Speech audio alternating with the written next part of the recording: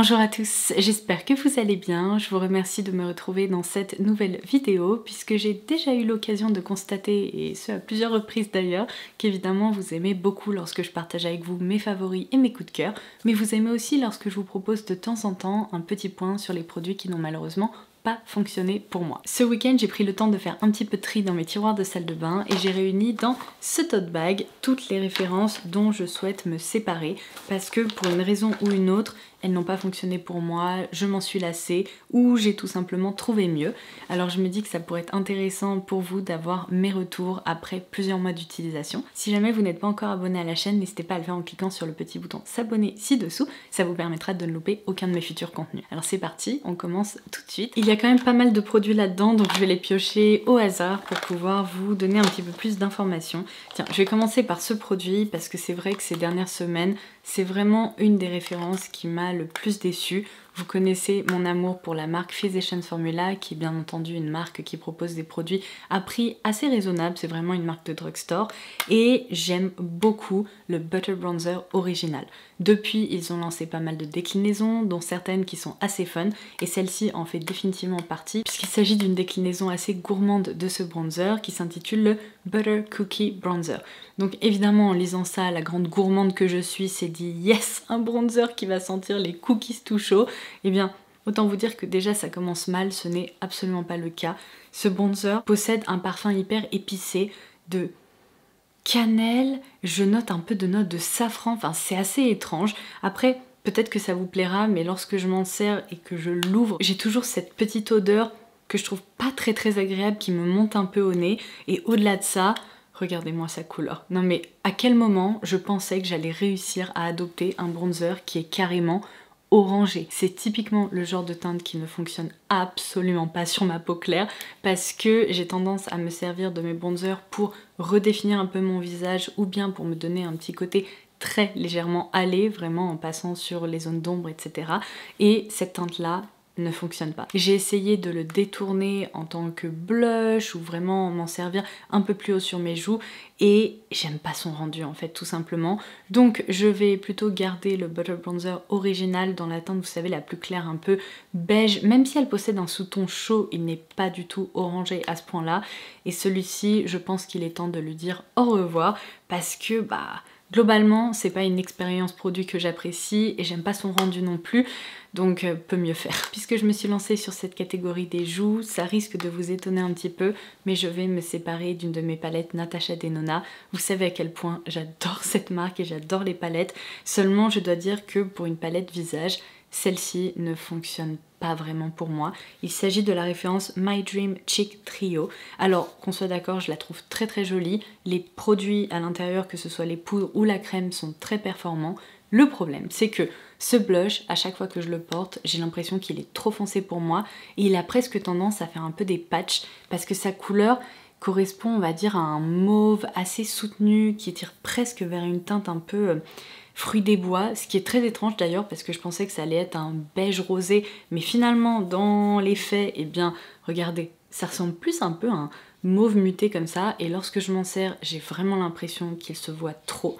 Et cet highlighter, même si il est également très joli, et vous pouvez d'ailleurs constater que j'ai essayé, je l'ai porté à plusieurs reprises, et bien malheureusement il est trop doré en fait tout simplement. J'aurais aimé qu'il soit plus neutre, donc dans les faits, le seul produit dont je me sers réellement dans cette palette, c'est cet highlighter crème que je trouve très joli. Alors pour le coup, franchement, ça me fait presque mal au cœur de m'en séparer juste pour lui parce que, regardez, la différence de sous-ton, en fait celui-ci c'est vraiment un champagne neutre tandis que cet highlighter possède des sous-tons plus dorés. Donc en étant très réaliste, je dois dire que je trouve ça complètement idiot de conserver une palette comme celle-ci uniquement pour cette référence que j'adore certes, mais j'ai au sein de ma collection d'autres highlighters crème qui sont eux aussi très jolis et ça me permet de libérer un peu d'espace et de ne pas conserver de produits que finalement j'apprécie pas vraiment. Donc c'est dommage, j'attends toujours ce jour où Natasha Denona sortira ma palette pour le visage absolument parfaite. Visiblement celle-ci, eh bien c'était toujours pas la bonne référence. Je regarde une dernière fois ce petit highlighter parce que ouais, il est vraiment super joli, seulement ça vaut pas le coup. Ah bah tiens, en parlant d'highlighter qui possède des sous-tons qui sont malheureusement trop chauds pour moi, je vais passer à celui-ci. Il s'agit du Shock Highlighter dans la teinte 01 de la marque de K-Beauty Tony Moly. Alors je tiens à préciser que ce produit, je vous l'ai déjà recommandé parce que sa texture est exceptionnelle. Franchement, je l'adore, elle est fine, elle est soyeuse, elle se répartit hyper bien sur le visage et comme vous pouvez le voir, c'est un superbe highlighter. Il a franchement tout pour lui.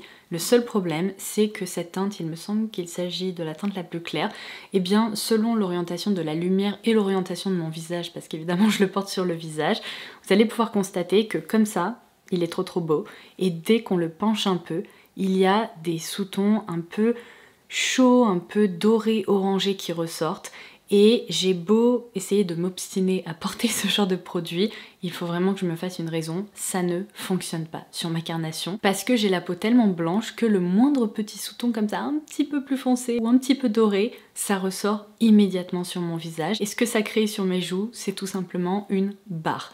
Alors j'ai essayé de le détourner en tant que fard à paupières, et bien oui, ça fonctionne parfaitement comme ça. Seul problème, c'est que j'ai plein de fards à paupières lumineux qui sont pour certains même encore plus beaux et encore plus scintillants, donc je vois vraiment pas l'utilité à conserver un produit comme celui-ci, qui est certes magnifique, mais avec des sous-tons qui sont trop dorés. Dans la catégorie des produits pour lesquels je ne constate malheureusement aucune différence si je m'en sers ou non, j'appelle le Fix Plus Stay Over de chez MAC, qui est soi-disant une brume fixante longue tenue sans alcool. C'est assez malheureux à dire, mais j'ai fini par détourner ce produit en tant que petite brume d'eau pour humidifier mes pinceaux, tout simplement pour rehausser l'intensité de certains fards à paupières, ou bien tout simplement pour prélever des pigments sous forme libre, parce que lorsque je l'applique en fait sur le visage, je ne constate absolument aucun effet prolongateur de maquillage, prolongateur de tenue. C'est triste à dire, mais j'ai d'autres sprays fixateurs qui sont bien plus efficaces que ça. Celui-ci, franchement, à part retirer un petit voile un peu poudré lorsqu'on a terminé son maquillage, eh bien il ne fait rien de plus. Maintenant que j'y réfléchis bien, je me dis que dans tous les cas, il était temps que je me sépare de ce mascara parce que je l'ai ouvert il y a plusieurs mois maintenant. Il s'agit de la référence The Falsies Surreal de chez Maybelline. Et bien pareil, ce mascara ne m'a pas trop plu. C'est sûrement lié au fait qu'il y a d'autres références chez Maybelline que je trouve bien plus efficaces, qui permettent vraiment d'allonger mes cils et j'adore leur effet, que ce soit le Sky High ou le dernier Firework, mais celui-ci, eh bien franchement il m'a pas laissé un souvenir fulgurant. Je trouve que sa brosse permet en effet d'assez bien attraper les cils, mais ça les recouvre pas assez, ça ne permet pas de les allonger autant que les deux références que je viens de citer, donc franchement il me manquera pas. Puisque j'étais chez Maybelline, un produit dont je me suis servi une seule fois, et mon dieu comme j'ai regretté, il s'agit du Lifter Plump, ici dans la teinte Peach Fever, mais franchement ne notez même pas cette teinte parce que quel enfer ce produit. Vous savez pourtant que j'adore les Lifter Gloss, je vous en parle depuis des années, mais là en fait ils ont lancé une version qui permet vraiment de repulper les lèvres. Vous voyez ce symbole piment là? Eh bien ils ont bien fait de le mettre sur le packaging parce que il faut vraiment vous y fier, c'est-à-dire que c'est un produit qui brûle. C'est même pas, vous savez, une petite sensation de chatouillement, c'est pas une sensation avec un petit peu de picotement qui va vraiment ajouter un petit peu de volume par le biais d'utilisation de menthol ou ce genre de choses. Non, non, non, ça brûle vraiment. Je pèse mes mots, le contour de vos lèvres va petit à petit devenir très rouge, presque boursouflé, tellement en fait ça pique et ça brûle. C'est une sensation qui est insupportable, qui me rappelle tout à fait, vous savez cette gamme chez Too Faced, c'est quoi, les Lip Injection ou quelque chose comme ça? Eh bien la sensation est tout à fait similaire selon moi. Je garde un très mauvais souvenir de mon test de cette référence chez Too Faced et c'est exactement ce que j'ai retrouvé pour celle-ci.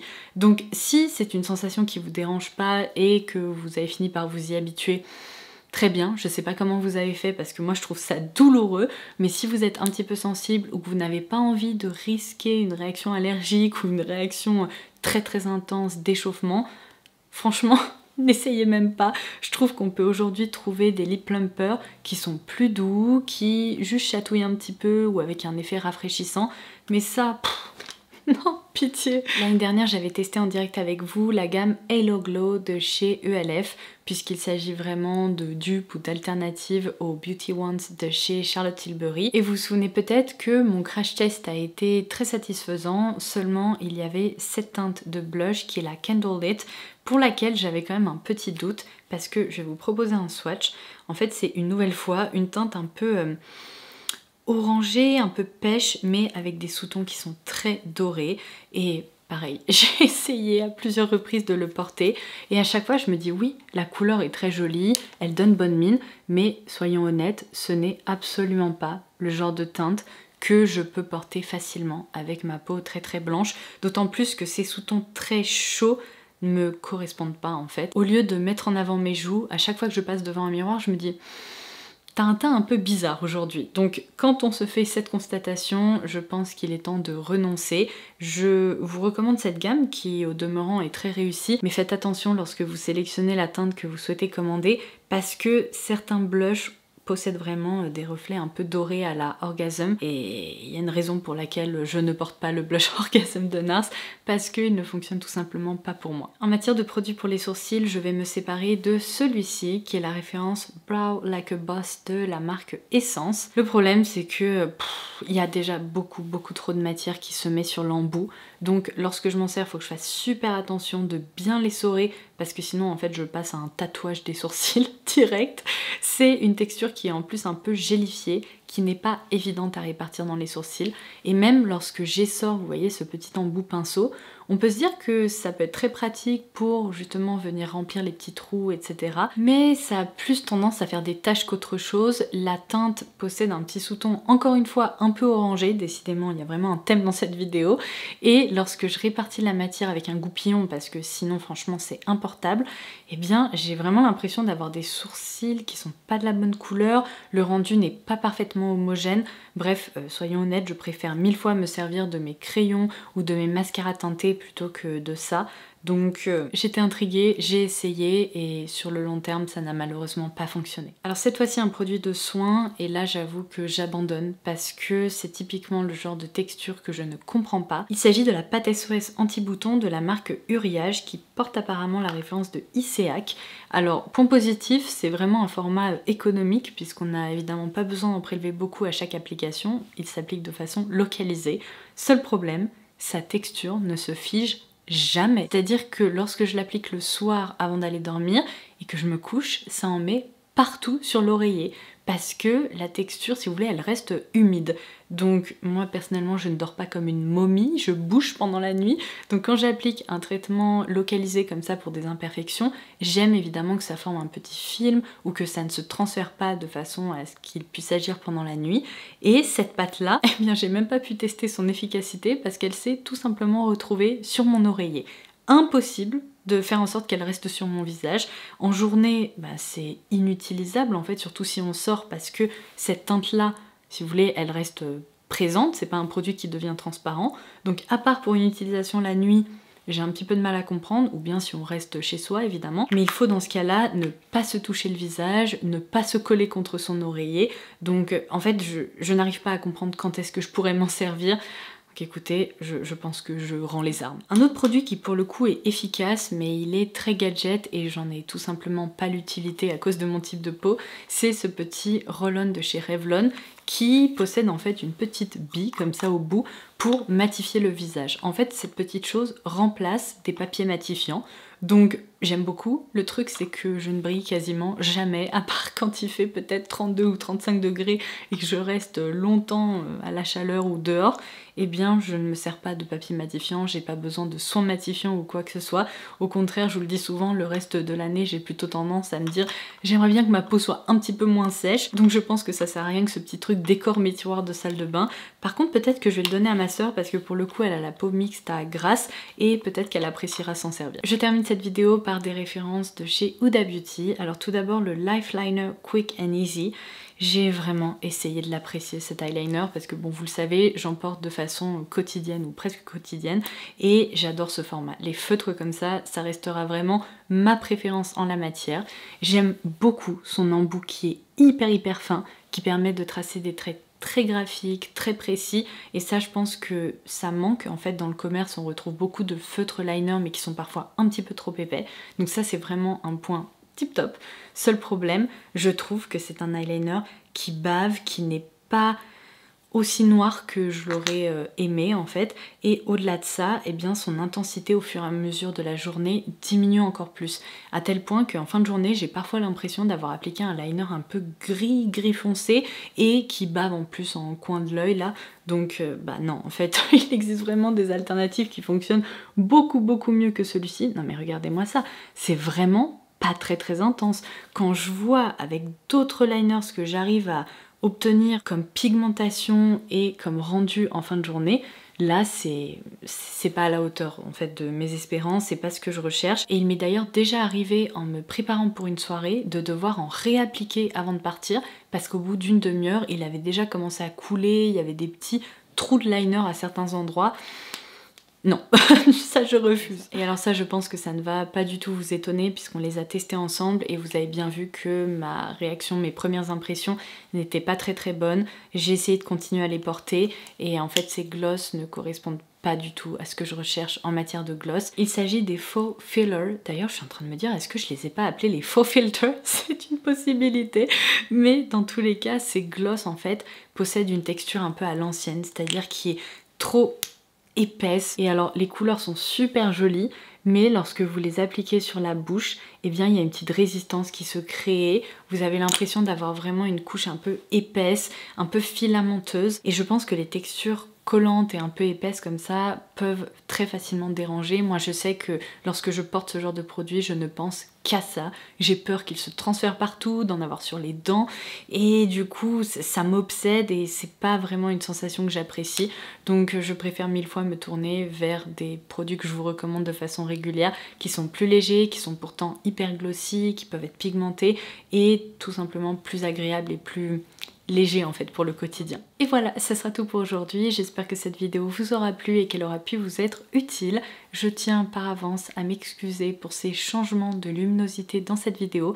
Je sens déjà qu'au montage, je vais m'arracher les cheveux parce qu'il y a tellement d'orage en ce moment que je commence à filmer, il pleut, après le soleil revient, il repart, bref, ça fluctue quasiment tous les quarts d'heure. Donc c'est très difficile à gérer. J'espère en tout cas que vous aurez passé un très bon moment en ma compagnie. Vous pouvez me laisser un petit commentaire ci-dessous en partageant avec nous tous et toutes les produits qui vous ont déçus récemment, ceux que vous avez envie de sortir de votre collection, en nous expliquant pourquoi. Et en attendant la prochaine, je vous embrasse très fort et je vous dis à très vite. Bye bye!